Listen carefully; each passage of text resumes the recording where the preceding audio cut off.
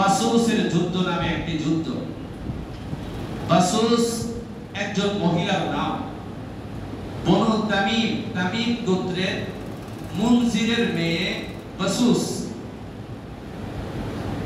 সেই ভদ্র মহিলা একটি উট ছিল। উটটি কোন একদিন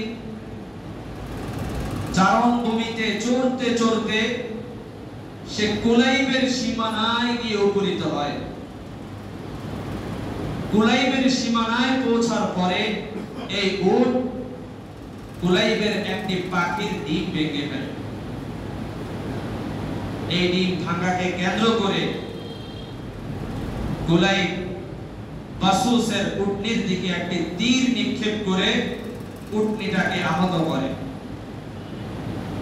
এদিকে বাসুসের বাগিনা, প্রিয় ভাইরা আমার, জাসসাস ইবনে মুররা, সে বদলা নেওয়ার জন্য, খালার উটের বদলা নেওয়ার জন্য কুলাইবকে হত্যা করে। খেয়াল করেন, এই দ্বন্দ্বের মূল জায়গায় ছিল উট কর্তৃক একটি পাখির ডিম ভেঙে ফেলা। পাখির ডিম ভাঙার অপরাধে প্রথমে উটের প্রতি আক্রমণ করে কুলাইব। উটের প্রতি আক্রমণের কারণে জাসসাস, বাসুসের বাগিনা জাসসাস, সে কুলাইবের উপর আক্রমণ করে কুলাইবকে হত্যা করে। পরিশেষে কি হয়? কুলাইব পুত্র এবং বনু তামিম